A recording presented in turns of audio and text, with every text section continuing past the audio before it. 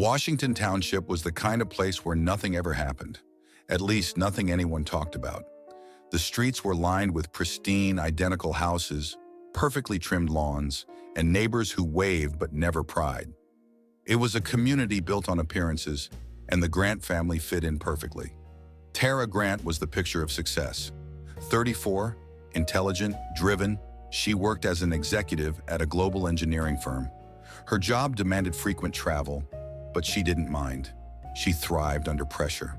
Her colleagues admired her, her friends envied her, and her family adored her, or so it seemed. At home, her husband, Stephen Grant, held the fort. He stayed with their 2 young children, cooking, cleaning, and managing the daily chaos. On the surface, their life looked idyllic, but behind closed doors, cracks were forming. On February 9, 2007, the illusion of perfection shattered. Tara had just returned home from a business trip in Puerto Rico. It was late, and the house was quiet. Stephen was in the kitchen, pacing, his face tight with anger. "We need to talk," he said as soon as she stepped inside. His tone was clipped, cold. Tara barely had time to drop her bag before the argument started. It wasn't new. Lately, every conversation seemed to turn into a fight. Stephen resented Tara's long hours and constant travel. "You're never here," he snapped. "You think your job is more important than this family?" Tara sighed. She was tired, bone-tired from the flight and the constant juggling act of her life. "Stephen, I'm doing this for us, for the kids. You know that." But Stephen didn't want to hear it. His voice grew louder, his words sharper. The neighbors heard the commotion, the muffled shouting, the sound of something heavy crashing to the floor, and then silence. The next morning, Stephen told the kids that their mom had left the house to cool off. "She'll be back soon," he assured them. But Tara didn't come back. She didn't call, didn't text. Her car was still in the driveway, her phone still on the kitchen counter. Days passed and Stephen's story didn't add up. By February 14th, Stephen reported Tara missing. He called the police, his voice trembling as he explained the situation. "We argued," he admitted, "and then she left. I don't know where she went." When investigators arrived, Stephen greeted them at the door, his eyes red and puffy. The house was eerily clean. Too clean, some thought. "I've been worried sick," Stephen said, leading them into the living room. He spoke about Tara in glowing terms, painting her as a devoted mother and a loving wife. "She wouldn't just leave us," he insisted, his voice cracking. "She's not like that." But as the police began to ask questions, Stephen's story unraveled. Why hadn't he called sooner? Why hadn't he tried to reach Tara's colleagues? His answers were vague, his tone defensive.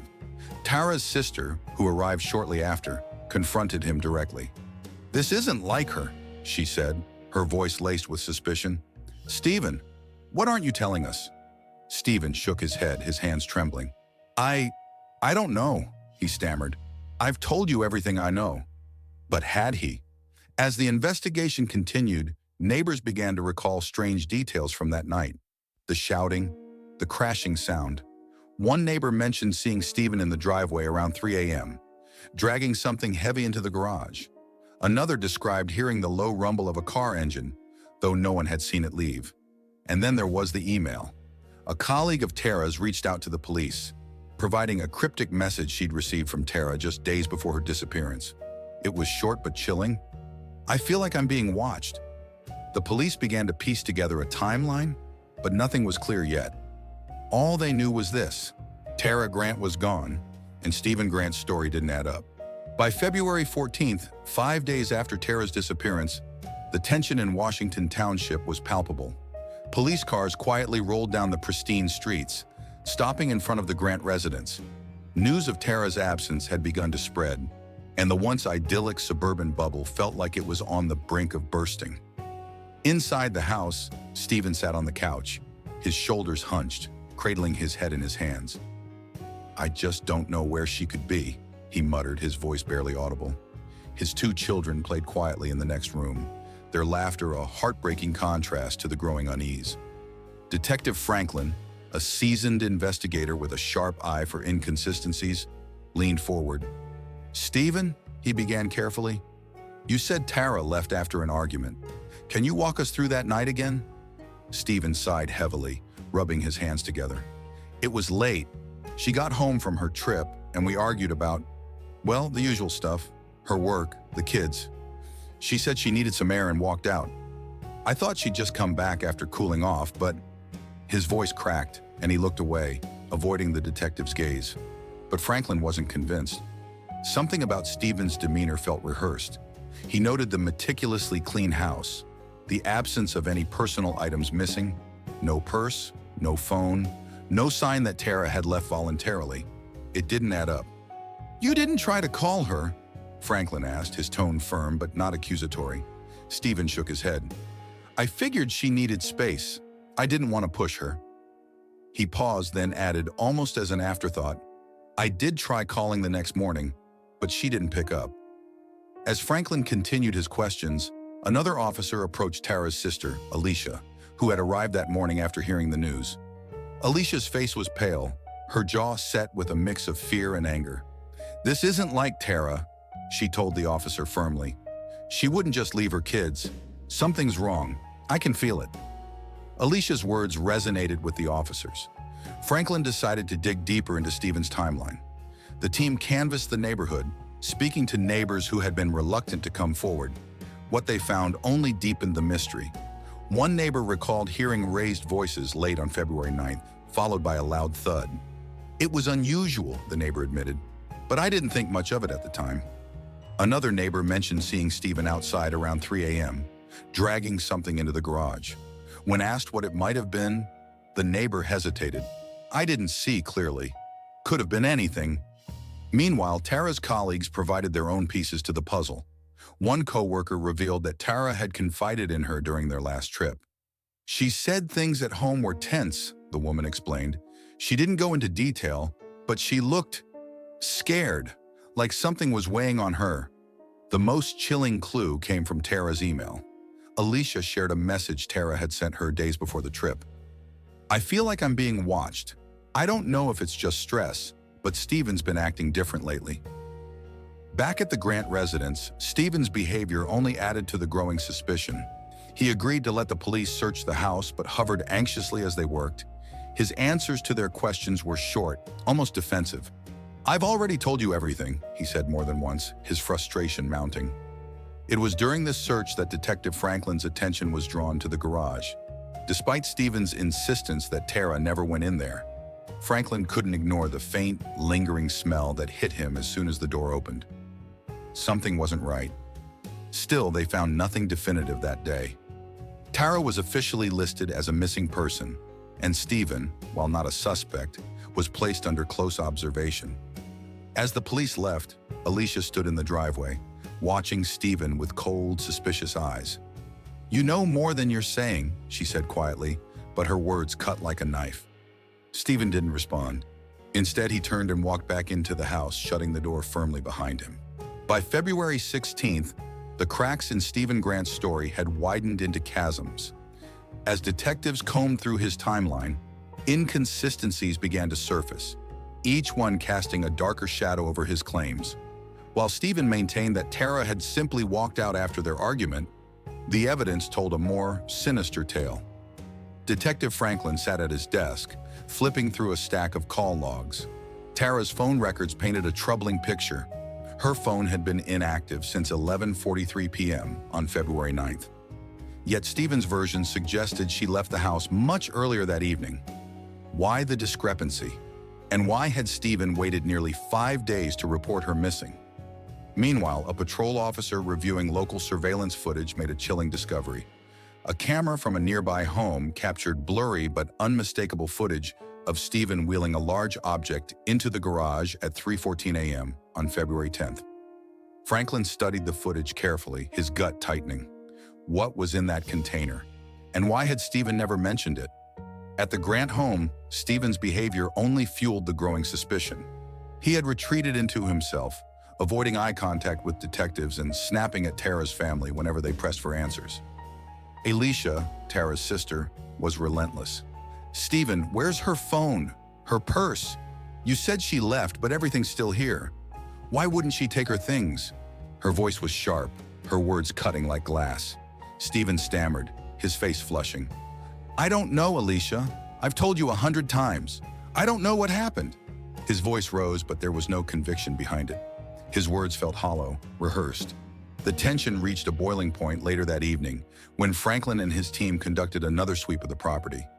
This time, they focused on the garage. Despite Stephen's protests, they meticulously examined every corner. A faint chemical smell lingered in the air, subtle but distinct. It was enough to warrant further investigation. Stephen paced nervously outside as the officers worked.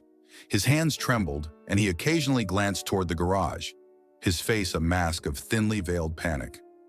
Alicia watched from the driveway, her arms crossed, her expression a mixture of grief and rage. "He knows something," she muttered to Franklin as he stepped out for a brief update. "He's hiding something, and I'm not leaving until you find it." Inside the house, Franklin's partner, Detective Callahan, found a receipt that deepened their suspicions. Dated February 10th, it showed Stephen had rented a large industrial cleaning machine. When confronted, Stephen's explanation was flimsy at best. "The garage was a mess," he said, avoiding Franklin's gaze.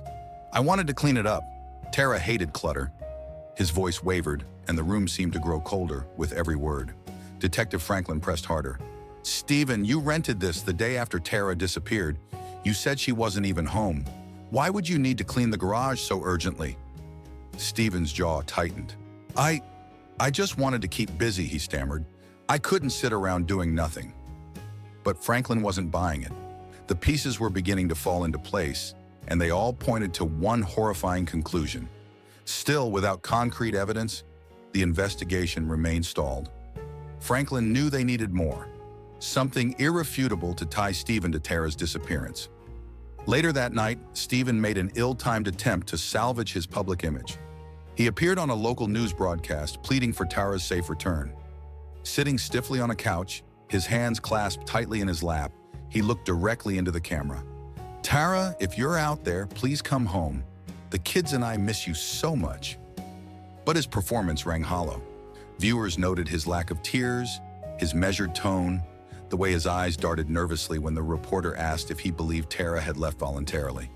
"I don't know," he replied, his voice cracking. "I just want her back." The broadcast had the opposite effect Stephen intended. Instead of garnering sympathy, it only fueled public suspicion. Comments flooded online forums and social media, many pointing out how detached he seemed. "Something's off about him," one viewer wrote. "He looks guilty as hell." Meanwhile, Tara's family grew more vocal, publicly accusing Stephen of withholding information.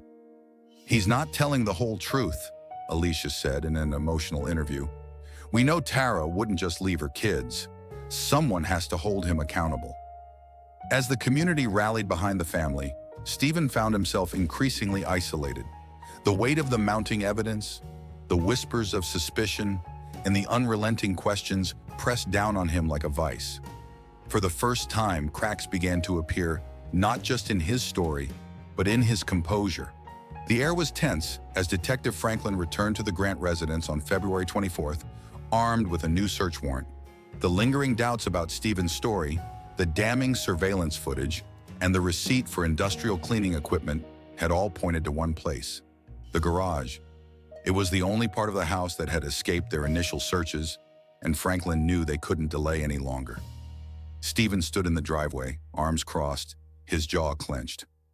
"This is ridiculous," he muttered as the officers prepared to enter. "I've told you, there's nothing in there." His voice carried a mix of defiance and unease, and Franklin noted the faint sheen of sweat on his forehead, despite the February chill. The officers moved methodically, their flashlights cutting through the dim space. The smell hit them first. It wasn't overwhelming, but it was unmistakable. A faint, acrid odor that clung to the air. Franklin's stomach churned. His instincts screamed that they were about to find something terrible. In the back corner of the garage sat a large plastic storage container. It was unremarkable at first glance, the kind you'd use for holiday decorations or old clothes. But as Franklin approached, the smell intensified. He exchanged a look with Detective Callahan, who nodded grimly. "Stephen?" Franklin called out, his voice steady but firm. "What's in the container?" Stephen didn't answer. He stood frozen in the driveway, his eyes fixed on the garage floor. The color drained from his face as the officers pried open the lid. The contents of the container confirmed their worst fears. Inside were human remains, dismembered, wrapped in plastic, and hastily concealed. The room fell silent except for the faint hum of the fluorescent lights overhead. Franklin felt a wave of nausea, but forced himself to remain composed. "Tara," he murmured under his breath. Outside, Stephen's breathing quickened. His gaze darted between the officers and the open container. I didn't mean for this to happen," he stammered. His voice cracked, and for a moment it seemed like he might collapse. But then, as if a switch had flipped, he turned on his heel and bolted. "Stop him!" Franklin shouted, his voice cutting through the shock. Two officers gave chase, but Stephen was already sprinting down the street, disappearing into the maze of quiet suburban houses. Back in the garage, Franklin radioed for backup. "We've got a body," he said, his voice heavy, "and the suspect's on the run." The discovery sent shockwaves through the community. News crews swarmed the neighborhood, their cameras capturing the police tape strung across the Grant driveway and the grim expressions of the officers on the scene. Tara's sister, Alicia, stood at the edge of the crowd, her hands pressed to her mouth as tears streamed down her face. "He killed her," she whispered, her voice trembling. "I knew it. I knew he did something to her." The forensic team arrived shortly after, carefully removing the container and its contents for further examination. Every detail was documented: the type of plastic wrap, the markings on the container, the tools left scattered nearby. Each clue painted a chilling picture of what had happened in the days following Tara's death. Detective Callahan broke the silence as the container was loaded into the van. "He planned this," she said quietly. "You don't just wake up one day and do something like this. He knew exactly what he was doing." Franklin nodded, his jaw tight. And now he's out there, somewhere. The manhunt for Stephen Grant began that same evening. Patrol cars fanned out across Washington Township, while helicopters with infrared cameras scoured the surrounding areas. Franklin couldn't shake the image of Stephen's face as he'd fled, part panic, part defiance. He wasn't just running, he was hiding something more. As the hours dragged on, the search expanded. Tips poured in from locals claiming to have seen Stephen in nearby parks or along desolate backroads. But each lead led to a dead end. The frustration among the officers was palpable. How had he managed to disappear so quickly? And where would he go? Back at the station, Franklin reviewed the evidence from the garage, searching for any detail they might have missed. Among the items collected was a blood-stained tarp and a set of tools that matched the marks on Tara's remains. The forensic analysis would take time, but Franklin already knew what it would show. As midnight approached, a report came in from a hiker who'd spotted a man matching Stephen's description near a wooded area outside town. Franklin grabbed his coat and headed for the door. The chase wasn't over, not by a long shot. The search for Stephen Grant began in earnest as night fell. Patrol cars roamed the suburban streets of Washington Township, their headlights cutting through the darkened neighborhood. Helicopters hovered overhead, their searchlights sweeping the ground below, while officers on foot scoured nearby parks and wooded areas. Stephen's escape from the Grant residence had thrown the town into chaos, and everyone, police, reporters, and neighbors, wanted answers. Detective Franklin stood at the edge of a dense forest, the cold February wind biting at his face. The tip from the hiker had led them here, to a remote area on the outskirts of town. "If he's hiding, this is where he'd go," Franklin muttered, more to himself than anyone else. Teams of officers moved methodically through the trees, their flashlights flickering against the skeletal branches. The ground was uneven, littered with patches of snow and fallen leaves. Every rustle of the wind or snap of a twig set their nerves on edge. Somewhere in this wilderness, Stephen was out there, watching, waiting. Near midnight, one officer called out, "Over here!" Franklin hurried to the scene, his boots crunching against the frozen ground. The officer pointed to a small, makeshift camp, a tarp stretched between two trees, a half-empty water bottle, and a pile of wrappers from protein bars. Stephen had been here, recently. Franklin's eyes scanned the area. "He's close," he said, his voice tight. "He couldn't have gotten far." The team pressed forward, the forest closing in around them. Despite the urgency, the cold was relentless. Franklin's breath came out in visible puffs, and he could feel the weight of exhaustion pressing down on him. But giving up wasn't an option. Not now. Not with so much at stake. Meanwhile, Stephen moved silently through the forest, his movements slow and deliberate. He wore a thin jacket, clearly not prepared for the freezing temperatures, but his determination kept him moving. His mind raced as he navigated the dark terrain.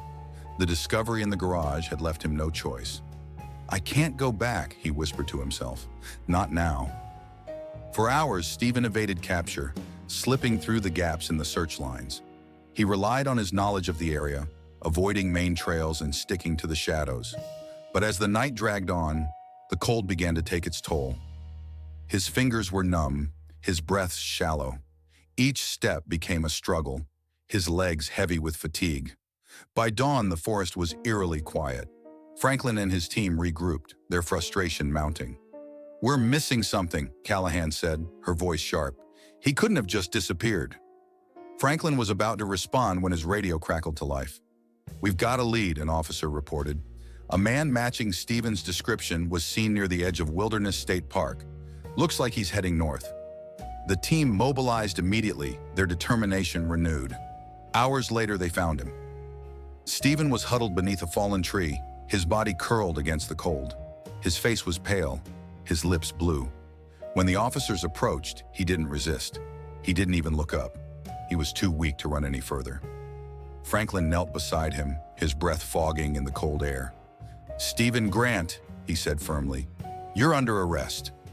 Stephen's eyes flickered open, his expression blank. For a moment, he said nothing. Then in a voice barely above a whisper, he muttered, "I didn't mean for it to end like this." The officers lifted him to his feet, his body trembling as they guided him out of the forest. As they reached the waiting patrol car, Stephen turned back, his gaze lingering on the dark expanse of trees. Whatever secrets he had been trying to bury out there, they were about to come to light. Stephen Grant sat in the small, sterile interrogation room, his hands cuffed to the table. The fluorescent lights buzzed faintly, casting sharp shadows across his gaunt face. He looked drained, his skin pale from the freezing temperatures he had endured. Yet there was a flicker of defiance in his eyes, a glimmer of the man who had run through the wilderness, determined to escape. Detective Franklin entered the room with slow, deliberate steps, his face devoid of expression. He carried a thick file, setting it on the table with a heavy thud. "Stephen," he began, his tone calm but firm, "we need to talk about Tara." Stephen flinched at her name, his jaw tightening. For a long moment, he didn't speak. Franklin watched him carefully, noting the way his fingers tapped against the table, a nervous, rhythmic motion. Finally, Stephen exhaled sharply, his shoulders slumping. "I didn't mean for it to happen," he murmured, his voice barely audible. Franklin leaned forward. "Then tell me what did happen, because right now, we've got a garage full of evidence that says otherwise." Stephen's gaze darted to the file on the table, then back to Franklin. His lips parted, and the words came tumbling out, hesitant at first, but gaining momentum as though he had been waiting to unburden himself. "It was the night she came back from her trip," he began. "We fought, like we always do. She was tired. I was angry. She told me." His voice caught, and for a moment he seemed genuinely distraught. "She told me I was a failure, that I couldn't handle the kids, the house, anything." Franklin's expression didn't waver. "And then what?" Stephen's hands clenched into fists. "I snapped. I didn't even think. One minute we were yelling, and the next—" He paused, his breathing uneven.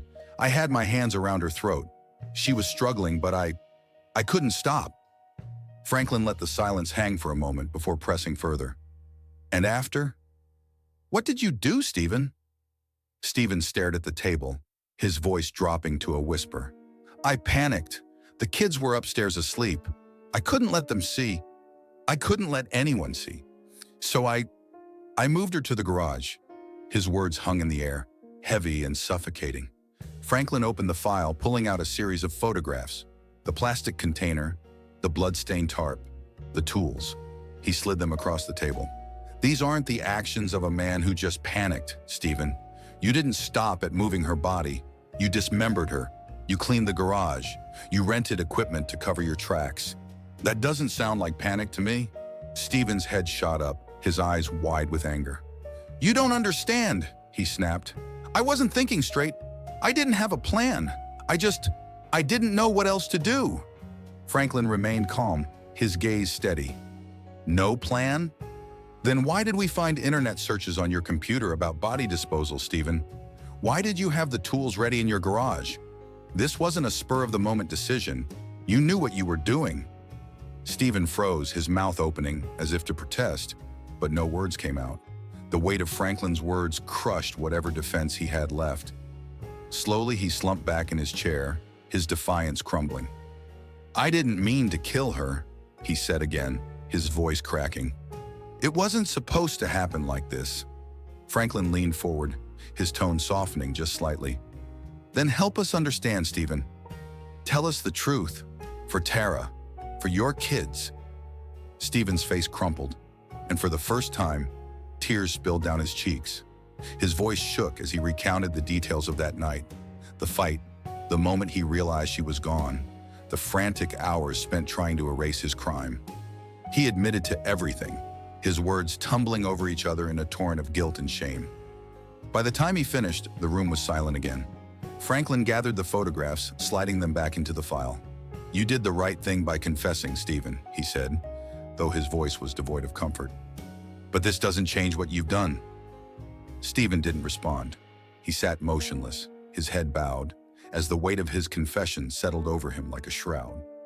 Outside the interrogation room, Detective Callahan watched through the one-way glass, her arms crossed. "He's a liar," she said quietly. "He planned this, no matter what he says." Franklin nodded grimly. "And now, we make sure he pays for it." The courtroom buzzed with quiet murmurs as Stephen Grant was led in, shackles clinking faintly with every step. He wore a wrinkled suit, his once disheveled appearance now tidied up for the trial. But no amount of grooming could mask the haunted look in his eyes. He kept his gaze low, avoiding the stares of the spectators who filled the gallery. Tara Grant's family sat in the front row, their faces a mix of sorrow and steely resolve. Alicia, her sister, clutched a framed photo of Tara tightly in her lap, her knuckles white. She hadn't missed a single hearing. Today was no exception. The prosecution wasted no time setting the stage. District Attorney Linda Maxwell approached the jury, her voice steady but cutting. "Ladies and gentlemen, this case is not just about a murder. It is about betrayal. The betrayal of a wife, a mother, and a family. Stephen Grant didn't act in a fit of passion. He planned this. He executed it, and then he lied to everyone around him." Maxwell laid out the evidence methodically. The surveillance footage of Stephen dragging the container into the garage, the tools found at the scene, and the internet searches on body disposal. But the most damning piece was Stephen's own confession. "He admitted it," Maxwell said, her voice rising. "He told us he did it, and every detail shows this was no accident." As the prosecution called their witnesses, the tension in the room grew palpable. Forensic experts testified about the marks on Tara's remains, matching them to the tools found in Stephen's garage. A digital analyst revealed the chilling search terms found on Stephen's computer: how to hide a body and decomposition timeline. Each revelation landed like a hammer blow, further solidifying the case against him. But it was Alicia's testimony that brought the courtroom to a standstill. Taking the stand, she spoke about Tara's love for her children, her dedication to her work, and her growing unease at home. "Tara was scared," Alicia said, her voice cracking. "She told me Stephen had become controlling, that he watched her every move. She didn't want to leave him because of the kids.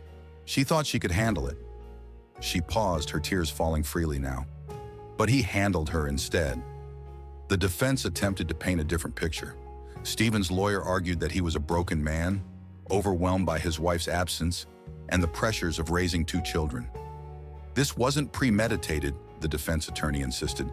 "Stephen acted in a moment of rage, an explosion of emotion after years of feeling unseen and unimportant." Stephen himself took the stand, his voice trembling as he addressed the jury.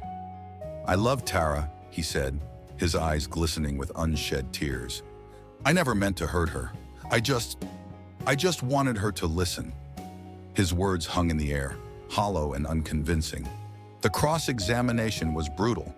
Maxwell tore through his narrative, pointing out the contradictions and calculated steps he had taken after the murder. "You didn't stop at hurting her," she said, her voice sharp. "You dismembered her. You cleaned the scene. You lied to the police, to her family, to the world. That's not the act of a man who snapped, Mr. Grant. That's the act of a killer."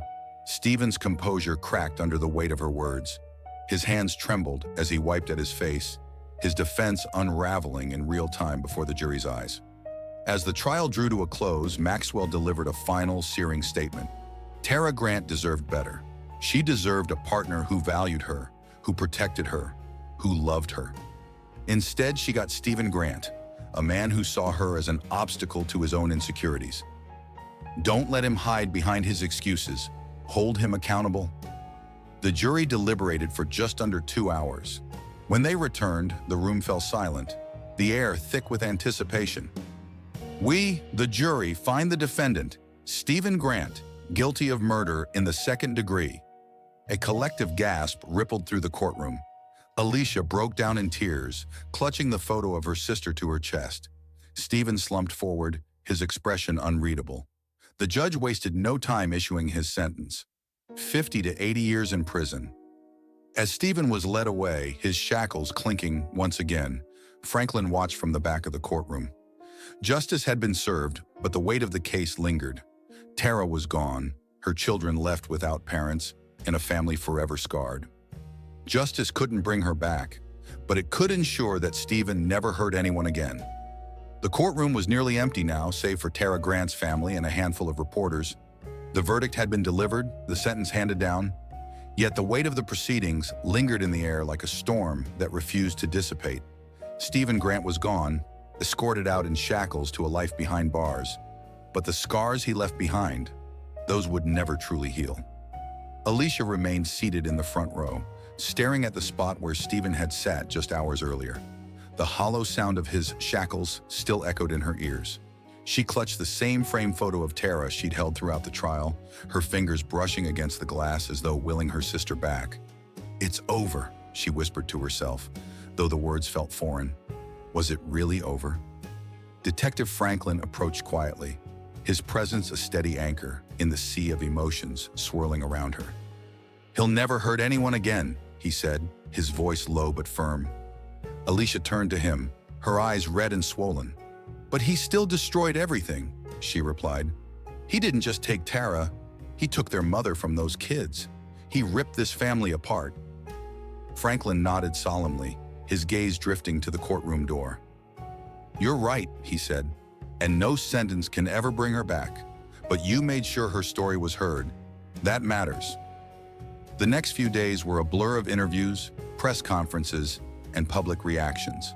The media framed the case as a tragic cautionary tale, a story of betrayal hidden beneath the facade of suburban perfection. Commentators speculated about Stephen's motives, dissecting every piece of evidence, every statement he made in court. But for those who knew Tara, the focus wasn't on him, it was on her. At a memorial held in Tara's honor, friends, colleagues, and family gathered to celebrate her life. Photos of Tara lined the room, smiling with her children, presenting at work, laughing with friends. Alicia spoke at the service, her voice trembling but resolute. "Tara was the strongest person I knew," she began. "She built a life she was proud of, and she did it for her kids, for her family. She deserved better, but we honor her by ensuring her story brings change, by making sure no one else has to live through what she did." Her words struck a chord with the audience. In the weeks that followed, Alicia worked tirelessly to raise awareness about the signs of domestic violence, partnering with local organizations to provide resources for those in need. She turned her grief into purpose, determined to ensure that Tara's legacy would save others. For Detective Franklin, the case marked the end of a long and grueling chapter. Yet as he filed the last of the paperwork, he couldn't shake the haunting image of Stephen sitting in that interrogation room, his cold confession still ringing in his ears. It was a reminder that monsters didn't always lurk in the shadows. Sometimes they lived among us, wearing the mask of normalcy until it cracked. As the months turned into years, life in Washington Township slowly returned to its quiet rhythm. But the memory of what had happened in the Grant household lingered, a scar etched into the fabric of the community. Neighbors who once exchanged polite greetings now looked at each other with wary eyes, questioning what secrets might lie behind closed doors. For Tara's children, the loss of their mother and the imprisonment of their father created a void that no one could fill. But they were surrounded by family who loved them fiercely, determined to give them a sense of stability in the chaos Stephen had left behind. They grew up knowing their mother's story, not just the tragedy, but the strength, the love, and the legacy she left behind. In the end, justice had been served, but the cost was immeasurable. Tara Grant's life had been stolen, her dreams cut short by the very person who had promised to love and protect her. Yet in her memory, there was a spark of hope, a reminder that even in the darkest moments, light could still find its way through. The story has been edited to ensure personal privacy and security regarding names and locations. Thanks for watching. If you liked the video, don't forget to subscribe to see the latest and most thrilling family crime stories. Don't miss the case tomorrow where everything will be revealed.